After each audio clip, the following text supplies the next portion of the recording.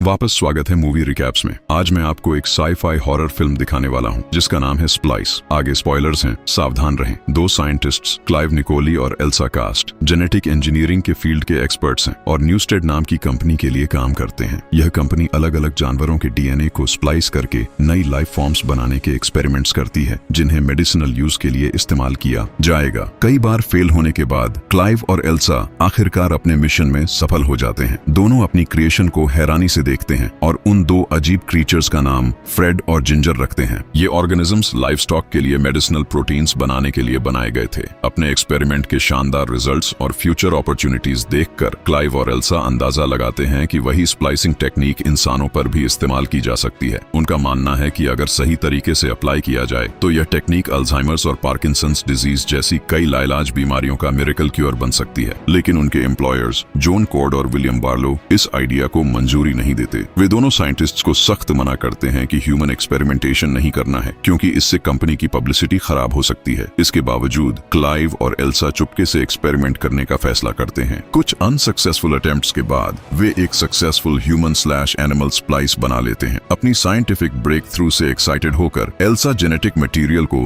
Berthing room में ले जाती है ताकि उनकी क्रिएशन का डेवलपमेंट शुरू किया जा सके। क्लाइव इस बात के खिलाफ होता है लेकिन एल्सा एक्सपेरिमेंट जारी रखने पर अड़ी रहती है। वह क्लाइव को समझाती है कि चिंता की कोई बात नहीं है क्योंकि क्रीचर को फुल टर्म तक पहुंचने से पहले डिस्ट्रॉय कर दिया जाएगा, इसलिए किसी को कुछ पता नहीं चलेगा। क्लाइव मशीन चालू करता है और कंसेप्शन सीक्वेंस शुरू हो जाता है। बाद में क्लाइव अपने एक कॉलीग से बात कर रहा होता है। वह कॉलीग पूछता है कि वह और एल्सा किस पर काम कर रहे हैं, लेकिन क्लाइव सवाल टाल देता है। उधर एल्सा इंक्यूबेटर को चेक कर रही होती है। अचानक क्रीचर की हार्ट बीट रुक जाती है जिससे एल्सा घबरा जाती है, लेकिन थोड़ी देर में हार्ट बीट फिर से शुरू हो जाती है और एल्सा को राहत मिलती है। काम खत्म होने के बाद एल्सा और क्लाइव अपने अपार्टमेंट में आराम कर रहे होते हैं और बड़े अपार्टमेंट में शिफ्ट होने की बात करते हैं। बातों बातों में टॉपिक किड्स पर आ जाता है जिससे एल्सा साफ तौर पर नर्वस दिखती है। तभी क्लाइव के फोन पर अलार्म बजता है और दोनों तुरंत लैब की तरफ भागते हैं। पता चलता है कि फीटस अभी पैदा होने के लिए रेडी है जबकि प्लान्ड बर्थ में अभी कई महीने बाकी थे। क्लाइव और एल्सा मशीन को ठीक करने और बर्थ रोकने की कोशिश करते हैं लेकिन वे असफल रहते हैं। इसी दौरान एल्सा का हाथ घायल हो जाता है। क्रीचर पैदा हो जाता है और उसके भागने से पहले क्लाइव उसे एक प्लास्टिक कंटेनर के नीचे ट्रैप कर देता है। फिर वह एल्सा की मदद करने जाता है जो अपने जख्म की वजह से कांप रही होती है और होश खोने लगती है। जख्म शायद क्रीचर के पॉइजन से इन्फेक्टेड हो चुका होता है। क्लाइव उसे मेडिसिन इंजेक्ट करता है जिससे एल्सा नॉर्मल हो जाती है। दोनों अपार्टमेंट वापस लौटते हैं। बर्थ की घटना दोनों को गहराई से हिला देती है। क्लाइव कहता है कि उन्हें अपनी क्रिएशन को डिस्ट्रॉय कर देना चाहिए, लेकिन एल्सा का मानना है कि इस सिचुएशन से अभी बहुत कुछ सीखा जा सकता है। क्लाइव अपने फैसले पर कायम रहता है। दोनों क्रीचर को मारने के लिए लैब जाते हैं लेकिन इंक्यूबेटर में उन्हें जो दिखता है वह एक डेड बॉडी जैसा लगता है। ध्यान से देखने पर एल्सा नोटिस करती है कि इंक्यूबेटर में डेड टिश्यू तो है लेकिन क्रीचर का पूरा बॉडी गायब है। तभी एल्सा को छोटे तेज कदमों की आवाज सुनाई देती है। अचानक एक छोटा चिकन लाइक क्रीचर सामने आता है जो एल्सा पर इम्प्रिंट कर लेता है। क्लाइव और एल्सा क्रीचर को बेहोश करके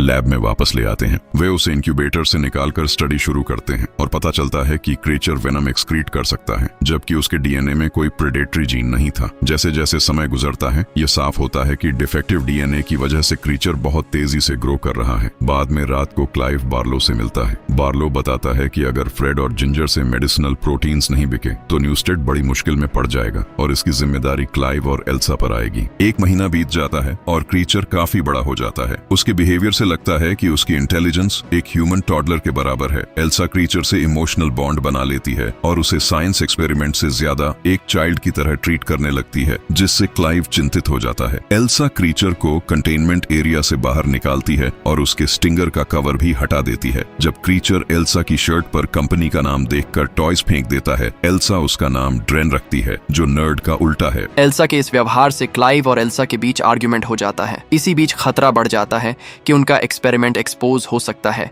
क्योंकि लैब रेनोवेट होने वाली होती है। तभी गैविन जो क्लाइव का कॉलीग है चुपके से रूम में घुसता है और अचानक ड्रेन से सामना हो जाता है। डरकर वह तुरंत वहां से भाग जाता है।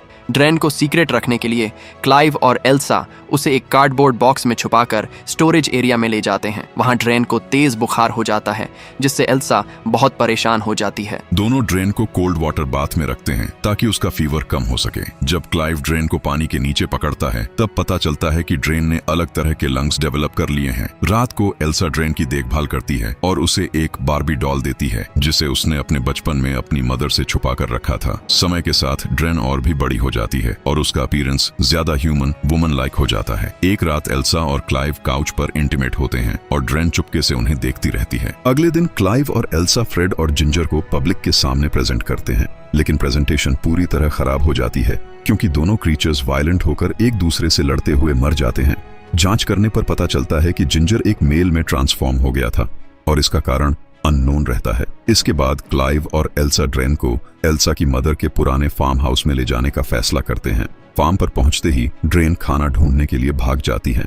फार्म हाउस के अंदर एल्सा और क्लाइव एक गंदा कमरा देखते हैं जिसमें सिर्फ एक बेड, एक चेयर और एक बकेट होता है। इससे संकेत मिलता है कि एल्सा का बचपन अब्यूसिव एनवायरनमेंट में बीता था। फार्म पर ड्रेन खुश नहीं होती। क्रिएटर्स के हमेशा काम पर रहने और सिर्फ एक कैट के साथ रहने की वजह से ड्रेन रिबेलियस हो जाती है। क्लाइव इसे कामली लेता है, लेकिन एल्सा परेशान हो जाती है। एल्सा ड्रेन के साथ रहने के लिए घर पर रुकने लगती है। उसे खुश करने के लिए एल्सा उसे मेकअप और ज्वेलरी पहनाती है जिन्हें एल्सा की मदर ने बचपन में मना किया था। मेकअप टेबल पर एल्सा को क्लाइव की कई ड्राइंग्स मिलती हैं, लेकिन उसकी खुद की एक भी नहीं। ड्रेन नर्वस हो जाती है। जब क्लाइव घर आता है वह ड्रेन को उदास पाता है और म्यूजिक चलाकर उसके साथ डांस करता है। डांस करते समय क्लाइव को ड्रेन के लिए अजीब फीलिंग्स महसूस होती हैं। उसे एहसास होता है कि एल्सा ने ड्रेन बनाते समय अपने डीएनए का इस्तेमाल किया था। क्लाइव एल्सा से कन्फ्रंट करता है। दोनों के बीच झगड़ा होता है और क्लाइव चला जाता है। एल्सा ड्रेन को कैट वापस देने की कोशिश करती है, लेकिन ड्रेन उसे मार देती है। गुस्से में एल्सा ड्रेन को थप्पड़ मारती है। ड्रेन भागने की कोशिश करती है, लेकिन उसे बेहोश करके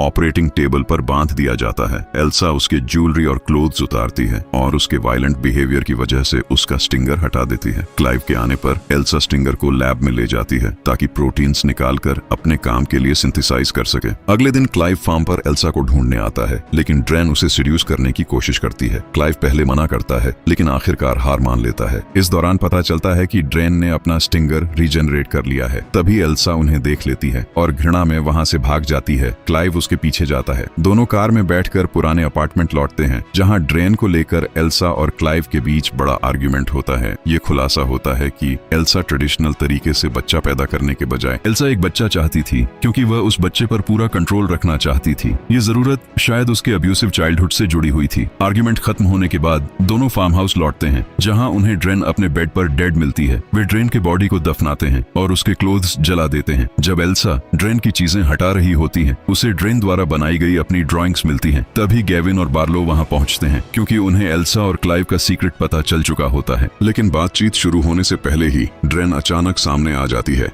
अब ड्रेन ज्यादा मैस्कुलिन दिख रही होती है, जिससे साफ होता है कि जिंजर की तरह ड्रेन भी ऑपोजिट जेंडर में ट्रांसफॉर्म हो चुकी है। ड्रेन तुरंत अग्रेसिव हो जाती है, बार्लो और गैविन को मार देती है और क्लाइव पर हमला करती है। एल्सा जंगल की तरफ भागती है, लेकिन ड्रेन उसे जल्दी पकड़ लेती है। ड्रेन एल्सा को जमीन पर दबा देती है और जबरदस्ती रिलेशन बनाने की कोशिश करती है। तभी क्लाइव पीछे से एक ब्रांच घुसाकर ड्रेन को घायल कर देता है। ड्रेन पलटकर क्लाइव पर हमला करती है, जिससे एल्सा एक बड़ा पत्थर उठाकर ड्रेन के सिर पर मारती है और ड्रेन हमेशा के लिए मर जाती है। इन सब घटनाओं के बाद एल्सा को प्रोटीन्स पर अपनी रिसर्च जारी रखने की परमिशन मिल जाती है, जो ड्रेन के बॉडी में मौजूद थे। जब एल्सा खड़ी होती है तो साफ दिखाई देता है कि वह प्रेग्नेंट है। ये इशारा करता है कि शायद वह ड्रेन के चाइल्ड को कैरी कर रही है। सब्सक्राइब करना न भूलें और नोटिफिकेशंस ऑन करें ताकि आप ऐसे और वीडियोस देख सकें। Thanks for watching.